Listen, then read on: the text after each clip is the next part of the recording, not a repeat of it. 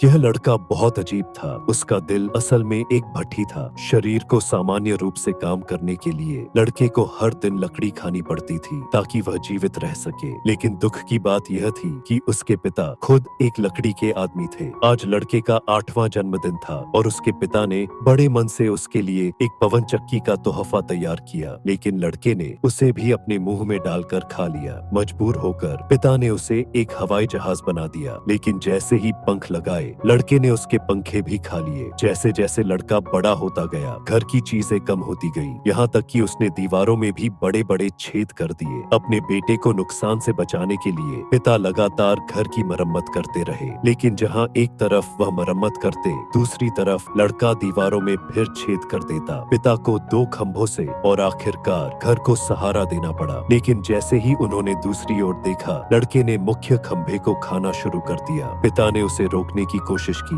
लेकिन खंभा टूट गया। पिता ने लड़के को बचाने के लिए एक छलांग लगाई और पूरा घर ध्वस्त हो गया। पिता बहुत दुखी हुए और लड़के के चेहरे पर अपराध बोध और पश्चाताप की झलक दिखी। अपने पिता की उम्र दराज पीठ को देखकर लड़के ने मन ही मन एक भयानक फैसला किया। अगली सुबह पिता एक जोरदार गरज के साथ जाग गए और चारों ओर देखा। उन्होंने पहाड़ी पर एक छोटी सी आग की लपट देखी और तुरंत भागकर वहां पहुंचे। लेकिन जब वह वहां पहुंचे तो देखा कि लड़का एक जगह खड़ा है, बिना हिले। दरअसल लड़के ने अपने पिता को और परेशान न करने के लिए अपनी भट्ठी को बारिश में खुला छोड़ दिया था। पिता को बहुत पछतावा हुआ। उन्होंने लड़के की भट्ठी को फिर से जलाने की पूरी कोशिश की, लेकिन उनके सारे प्रयास बेकार रहे। तभी पिता की नजर लड़के के पवन चक्की पर गई। अचानक उनके दिमाग में एक विचार आया और उन्होंने पवन चक्की को लड़के के सीने पर लगा दिया। एक हल्की सी हवा चलने के बाद लड़के ने चमत्कारिक ढंग से अपनी आंखें खोल दी।